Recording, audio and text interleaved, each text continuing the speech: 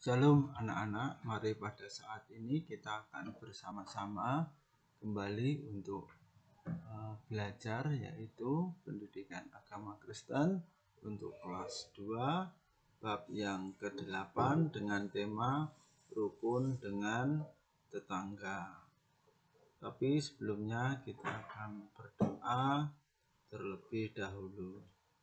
Tuhan Yesus yang ada di dalam surga, kami akan belajar, kiranya Tuhan berikan hikmat bagi kami untuk kami bisa mengerti pelajaran ini. Terima kasih Tuhan. Haleluya. Amin. Kita akan melanjutkan kembali pelajaran kita. Pelajaran kita saat ini adalah rukun dengan tetangga.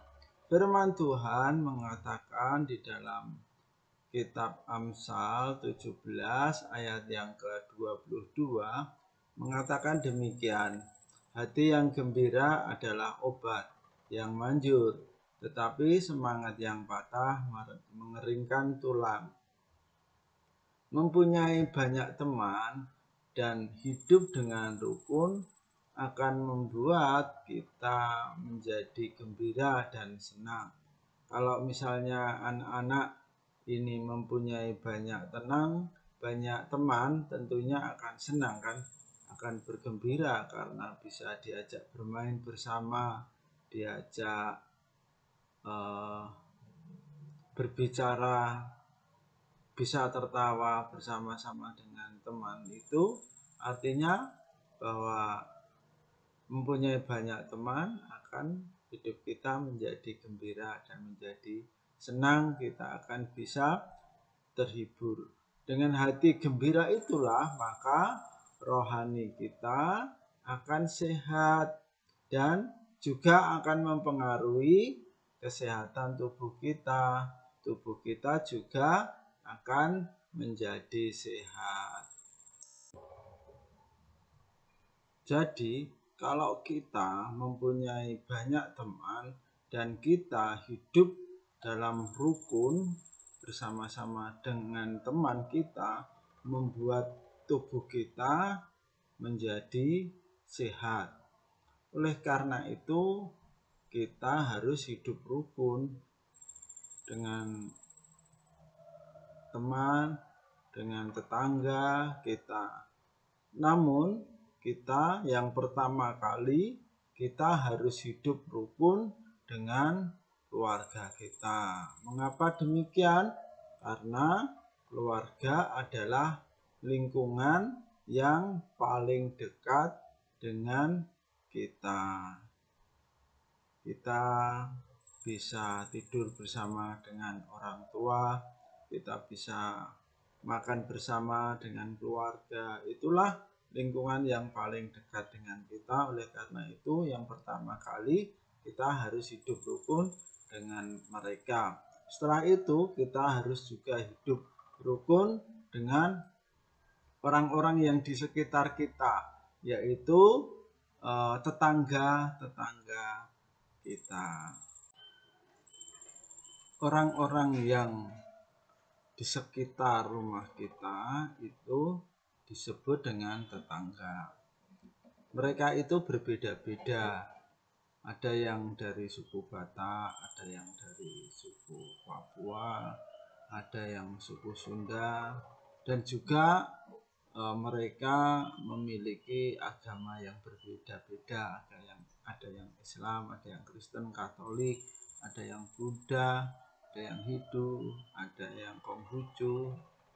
Justru dalam perbedaan-perbedaan itulah kita tidak boleh pecah, kita tidak boleh saling berkelahi, namun justru kita harus saling menghormati dan harus hidup dengan rukun. Karena dengan hidup rukun maka akan tercipta kedamaian. Kalau damai itu juga akan meningkatkan kesejahteraan manusia. Bagaimana kalau di lingkunganmu, di rumahmu, tetangga-tetangga damai, maka akan tercipta kesejahteraan di mana mereka akan saling tolong-menolong, bahu-membahu, saling membantu. Lalu bagaimana cara hidup rukun di dalam masyarakat atau di tetangga kita? Yaitu caranya adalah saling membantu dan menolong apabila ada yang memerlukan bantuan, misalnya mengangkat bersama meja atau kursi dan lain-lainnya. Yang kedua, kita bisa bekerja sama dalam menjaga kebersihan lingkungan, gotong royong, membersihkan lingkungan, kerja bakti supaya lingkungannya bersih dan menjadi sehat di kampungnya. Ya, yang ketiga, bagaimana cara hidup rukun di masyarakat? Bisa mengunjungi dan mendoakan tetangga yang sedang sakit. Lalu yang lainnya yaitu caranya menghibur jika ada tetangga yang sedang bersedih. Rasul Paulus dalam menulis suratnya untuk jemaat di Korintus dalam 2 Korintus 13 ayat yang ke-11 ini memberikan nasihat kepada jemaat di Korintus supaya jemaat di Korintus itu bersukacita. Lalu supaya jemaat di Korintus itu hidup mereka hidup dengan sempurna. Lalu supaya mereka bisa menerima nasihat dari Rasul Paulus. Dan kerinduan Paulus memberikan nasihat bahwa mereka supaya sehati dan sepikir dan hidup dalam damai dan sejahtera. Intinya bahwa Rasul Paulus ingin memberikan nasihat supaya mereka bisa hidup dalam damai, bisa hidup sejahtera dengan cara mereka harus mempunyai sehati, sepikir, artinya bisa bersama-sama untuk mencapai hidup yang damai dan sejahtera. Rasul Paulus juga memberikan nasihat kepada jemaat di Efesus untuk mereka bisa rendah hati, bisa lemah lembut, dan menunjukkan kasih kepada jemaat yang lainnya.